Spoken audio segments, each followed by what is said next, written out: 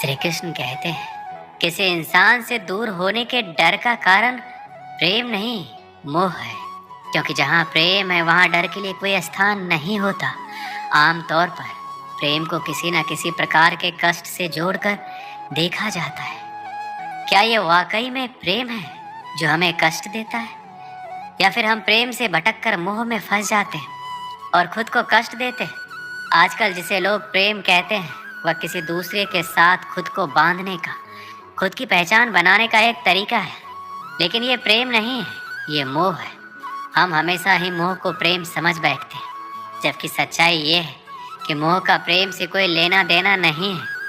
अगर आप किसी इंसान से प्रेम करते हैं और वह इंसान जब आपके पास होता है तो आप परम सुख का आनंद लेते हैं, और वहीं अगर वह इंसान आपसे दूर होता है तो आप दर्द और पीड़ा से भर जाते हैं। इसका सीधा सा अर्थ ये है कि वह प्रेम नहीं, मोह है। क्योंकि प्रेम में उस इंसान की गैर मौजूदगी में भी आपको वही एहसास होना चाहिए जो उसकी मौजूदगी में होता है। एक माँ जो अपने अंदर पल रहे बच्चे का एहसास पल पल कर रही है, जो अभी इस दुनिया में आया भी नहीं, जिसको उसने देखा तक नहीं कि वो कैसा है, उससे इतना प्रेम कि वो उस दर्द को भी भूल जाती है जो इस बच्चे के कारण उसको हो रहा है। उसको बिल्कुल नहीं पता कि वो बच्चा जीवन में कितना सुख या दुख उसको देगा। इसलिए माँ का जो प्रेम है उसको संसार में सबसे महान माना गया है। मोह और प्रेम में बहुत अंतर होता है। मोह का संबंध शरीर से होता है और प्रेम का संबंध आत्मा और परमात्मा से होता है। मोह हमको फंसा देता है, जबकि प्रेम हमें सभी बंधनों से मुक्त कर देता है।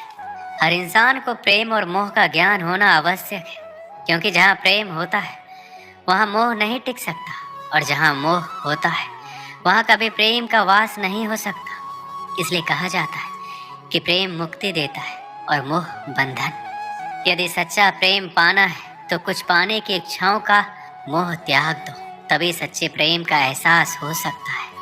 आपके जीवन में जब प्यार दस्तक देता है और प्यार की पहली शुरुआत होती है तो वो एहसास इतना मीठा होता है कि आपके जीवन की सारी करवाहट, सारे दर्द को समाप्त कर देता है। पर उस वक्त आप एक बात हमेशा भूल जाते हो कि मोह और प्रेम दोनों साथ साथ चलते हैं, परंतु इस सफ़र में अंतिम जीत किसकी होती है ये आपके ऊपर निर्भर करता है। आपका प्रेम सच्चा हो तो आप उस पर आसानी से काबू पा सकते हैं, पर मोह एक ऐसा बंधन है जिसमें आप ऐसे कैद हो जाते हैं जैसे एक पिंजरे में पंछी जो पंख होते हुए भी उस पिंजरे से आज़ाद नहीं हो पाता है। अच्छा बुरा सही गलत जो भी हो वो इस पिंजरे में ही खुश रहना सीख जाता है, जैसे आप मोह में सीख जाते हैं। इस मोह के पिंजरे से बाहर निकलकर वास्तविक प्रेम का एहसास कीजिए, जिसको आप सब कुछ अपना समझ रहे हो। क्या वो प्रेम है या सिर्फ आप मोह के बंधन में बंधे हैं? हम जो अपनी तन की आंखों से देखते हैं वो कभी प्रेम नहीं हो सकता, क्योंकि वो हमारी आंखों द्वारा बनाया गया प्रतिबिंब है, जिसको हमारे शरीर से जुड़े इन दो आंखों ने हमारे सामने प्रस्तुत किया है। प्रेम शब्द का इस हद तक दुरुपयोग हुआ है कि हर एक कदम पर इसके अर्थ को लेकर प्रश्न खड़े हो जाते हैं। यदि यह सच्चा प्यार है तो यह ऐसा कैसे हो सकता है? सच्चा प्रेम वही है जो कभी बढ़ता या घटता नहीं है। मान देने वालों के प्रति राग नहीं होता, ना ही अपमान करने वालों के प्रति द्वेष होता है। ऐसे प्रेम से दुनिया निर्दोष दिखाई देती है। ये प्रेम मनुष्य के रूप में भगवान का अनुभव करवाता है। संसार में सच्चा प्रेम है ही नहीं। सच्चा प्रेम उसी व्यक्ति में हो सकता है जिसने अपने आत्मा को पूर्ण रूप से जान लिया है। प्रेम ही ईश्वर है और ईश्वर ही प्रेम है। सच्चा प्यार वह ऊर्जा है जो हमें सफलता के शिखर पर बिना थके ले जाता है। सच्चा प्यार वह प्रेरणा है जो किसी के दिल में बस गई तो वह कुछ भी करने को तैयार हो जाता है। सच्चा प्यार वह जुनून है जो हमें हमारी सीमाओं से परे सफलता की दुनिया में ले जाता है। सच्चा प्यार ऐसे जीवन को जन्म देता है जो ना कभी बूढ़ा होता है और ना ही मरता है। सच्चा प्यार एक ऐसा पराभौतिक एहसास है जिसके आगे इंसान तो क्या ईश्वर भी नतमस्तक हो जाता है। आपको जिस व्यक्ति के लिए प्यार का एहसास आया है उसके लिए कुछ अच्छा करने की प्रेरणा मिलती है। यदि वो साथ है तो दुनिया की कोई भी सफलता आप प्राप्त कर सकते हैं। केवल उसके बारे में सोचते हुए एक जगह बैठे नहीं रहते, बल्कि उसका ख्याल आते ही आप जीवन में कुछ अच्छा करने के लिए तैयार हो जाते हैं। सफलता के प्रति आपके सपने बड़े हो जाते हैं और उन सपनों को पूरा करने की प्रेरणा आपको उससे लगातार मिलती रहती है। उसकी खुशी में ही आपकी खुशी छुपी हुई रहती है और उसकी खुशियों को बढ़ाने के लिए जी जान से लग जाते हैं, जिसका परिणाम होता है कि आप प्रेरित होकर कुछ ऐसा कर जाते हैं जो मील का पत्थर साबित होता है।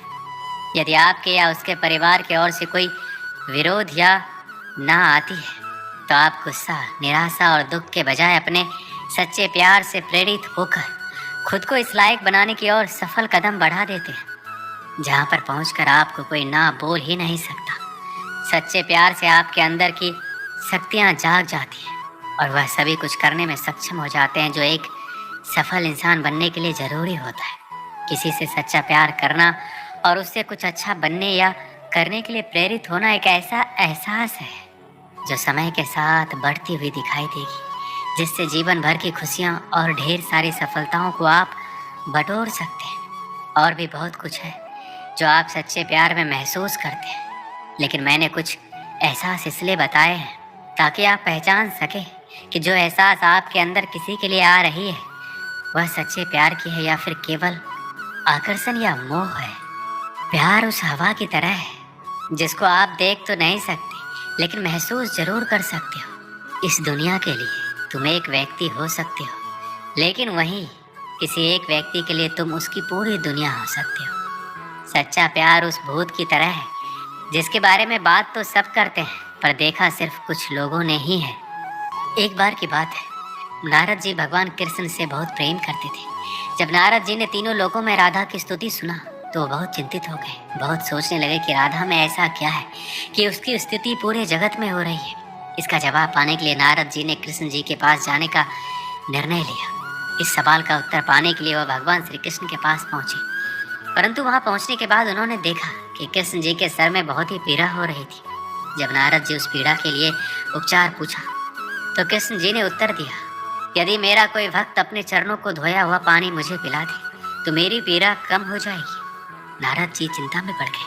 उन्होंने सोचा अगर कोई भक्त अपने भगवान को अपने चरणों का धोया हुआ पानी पिलाएगा तो वो नरक में जाएगा। उसके बाद नारद जी भगवान श्री कृष्ण जी की पत्नी रुक्मणी जी के पास पहुंचे। नारद जी ने रुक्मणी को सारी बातें बताई। रुक्मणी जी ने अपने चरणों का धोया हुआ पानी देने से मना कर दिया, ये कहते हुए कि देव ऋषि ये तो पूर्ण पाप है। उसके बाद नारद जी सीधे राधा के पास पहुंचे। राधा को भी नारद जी ने सारा हाल कह सुनाया। राधा ने सुनते ही एक पात्र में पानी लिया और उसमें अपने पैर डुबा दिए। अपने पैरों को धोते हुए पानी को एक छोटे पात्र में भरकर राधा नारद जी से देते हुए बोली, इसे तुरंत कृष्ण के पास ले जाइए। वह बोली, मैं जानती हूँ ये घोर पाप है, परंतु अपने प्रिय के जीवन के सुख और स्वस्थ जीवन के लिए मैं इससे भी अधिक दुख भोगने के लिए तैयार हूँ। ये सुनकर नारद जी समझ गए। उन्हें ज्ञात हो गया कि राधा कृष्ण के प्रेम की स्तुति पूरे ब्रह्मांड में क्यों गाए जा रहे हैं, जिससे साफ पता चलता है कि राधा का कृष्ण के प्रति अपार प्रेम है। प्रेम उस हवा की भांति है जो हमें दिखाई नहीं देती परंतु महसूस होती है। आप तन की आंखों से कभी प्रेम को नहीं पहचान पाओगे क्योंकि हम तो मनुष्य हैं। तन की आंखों से तो राधा भी कृष्ण को नहीं पहचान पाई थी। इसलिए अगर प्रेम को समझना है, महसूस करना है तो अपनी आंखों को खोलिए, अपने मन की आंखों को खोलिए, तभी आप इन हवाओं के जैसे प्रेम को भी अपने अंदर महसूस कर पाओगे। इसलिए प्रेम की परिभाषा ये है कि प्रेम अंतर्मन को छूने की कला है, एक सुखद अनुभूति है, एक अबूझ पहेली है। सब कुछ न्योछावर करने की इच्छा ही प्रेम है। हर मनुष्य को बस यही लगता है कि सच्चा प्रेम सिर्फ एक स्त्री और पुरुष के बीच हो सकता है, परंतु ये सत्य नहीं है। प्रेम तो परिवार से भी हो सकता है, माता पिता से हो सकता है, दोस्तों से हो सकता है, अपने वतन की मिट्टी से हो सकता है, लक्ष्य से हो सकता है, मानवता से हो सकता है। प्रेम वो शब्द है जिसकी व्याख्या असंभव है, पर इसमें जीवन छुपा है, जीने की चाह छिपी है। कभी डर तो कभी निडरता छुपी है, कभी बहुत प्रेम तो कभी घृणा छिपी है। प्रेम वो सत्य है जो कहीं ना कहीं ईश्वर से हमारा परिचय करवाता है। इसलिए प्रेम बिना जीना बेकार है। दोस्तों, इस वीडियो में बस इतना ही। मिलते हैं अगले वीडियो में।